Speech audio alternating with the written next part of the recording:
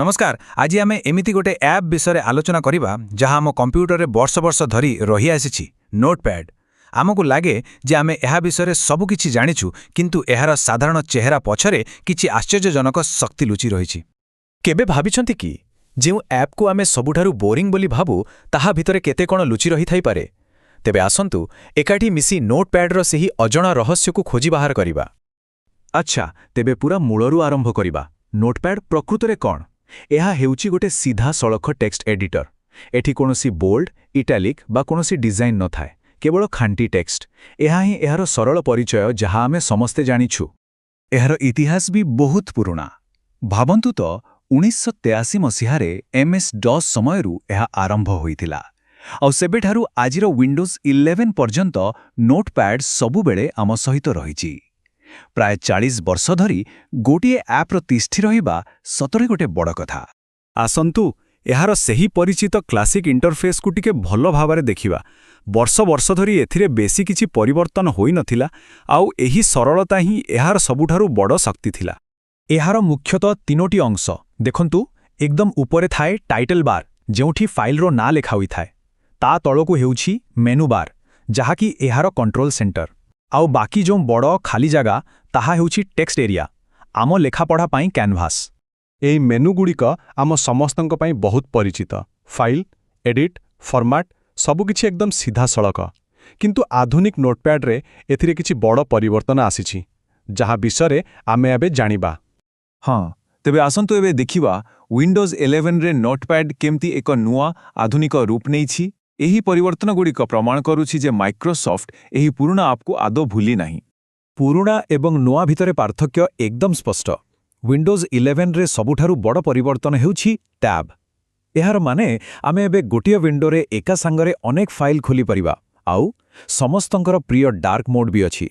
एही नुआ फीचर्स गुड़िक केवल देखिबाकू भल नुहे, बरं बहुत कामर। टैब, डार्क मोड आउ सबुठु बड़ कथा हैला जदि कोनोसी फाइल सेव न करी बंद करिदेले परवर्ती थर खोलिले ताहा पुणी फेरी आसिबो। एहाकू प्रकृतरे एक शक्तिशाली टूल करिदेइछि।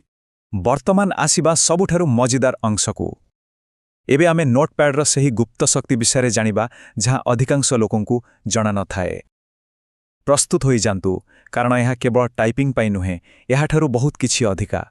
प्रथम कौशल हेउछि एक ऑटोमेटिक लॉग फाइल तैयारी करिबा। बहुत सहज।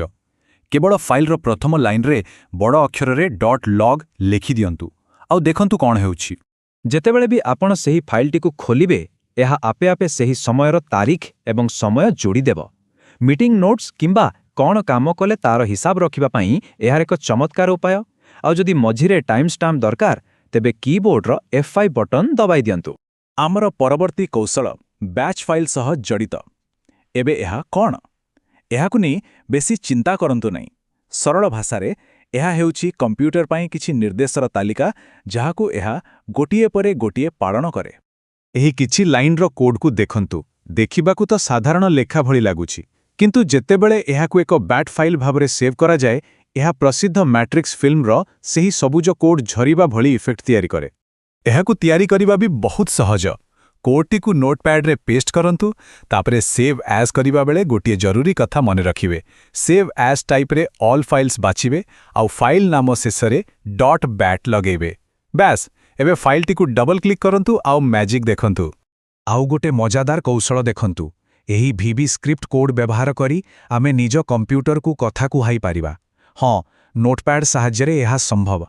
पूर्व भली कोड को कॉपी करी नोटपैड रे पेस्ट करंतु, किंतु एथर फाइल को .vbs एक्सटेंशन सहित सेव करंतु। जेतेबेले याकू खोलिबे, एक इनपुट बॉक्स आसिबो। सेथिरे जहाँ भी लिखिबे आम कंप्यूटर ताहा पढ़ी सुनाइबो। एते सब गुप्त शक्ति सत्वे नोटपैड सबुबेले सठिक भावे काम करेनी। एहार किछि पुराना समस्या अछि जहाँ बेले बेले बहुत विरक्त करे। आसंतु सेगुड़िक उपरे टिके नजर पकाइबा। यह एक बहुत पुराना समस्या। जदि आपण वार्डरोब ऑन करंती जहाँ लंबा लाइन को भांगी देखाए, तबे तले थिबा स्टाटस बार आपे आपे अक्षम होई जाए। माने आमको एही दुईटी भितरु केवल गोटिए बाछिबाकू पड़िबो। विंडोज 11 रे किछि लोक एक अजब समस्यार सम्मुखीन हेउछंती। बेले बेले नोटपैड कौनसी कारण नथाई टेक्स्ट फाइल खोलिबाकू मना कर दिए। जेतेबेले एते सरल गोटे ऐप एमिति करे, सतरे बहुत राग लागे। भल कथा हेउछि ଏହି ୱିଣ୍ଡୋଜ୍ 11 ତ୍ରୁଟିର ଏକ ସରଳ ସମାଧାନ ଅଛି। କେବଳ ସେଟିଂସକୁ ଯାଇ ନୋଟପ୍ୟାଡ୍ ଆପ୍କୁ ରିସେଟ୍ କରିବାକୁ ପଡ଼ିବ। ଏହା ସାଧାରଣତଃ ସମସ୍ୟାକୁ ଠିକ୍ କରିଦିଏ ଏବଂ ନୋଟପ୍ୟାଡ୍ ପୁଣି ଥରେ ଠିକ୍ ଭାବେ କାମ କରିବା ଆରମ୍ଭ କରେ। ତେବେ ଶେଷରେ ଆସନ୍ତୁ ଦେଖିବା ଏହି ବଡ଼ ଦୁନିଆରେ ନୋଟପ୍ୟାଡ୍ର ପ୍ରକୃତ ସ୍ଥାନ କେଉଁଠି? ଅନ୍ୟ ଶକ୍ତିଶାଳୀ ଟେକ୍ସଟ ଏଡିଟର ତୁଳନାରେ ଏହା କେଉଁଠି ଠିଆ ହୋଇଛି? ଏହି ତୁଳନା ସବୁକିଛି ସ୍ପଷ୍ଟ କରିଦେଉଛି। ଛୋଟ, ସରଳ ଏବଂ ଶୀଘ୍ର କାମ ପାଇଁ ନୋଟପ୍ୟାଡ୍ ସବୁଠୁ ଭଲ।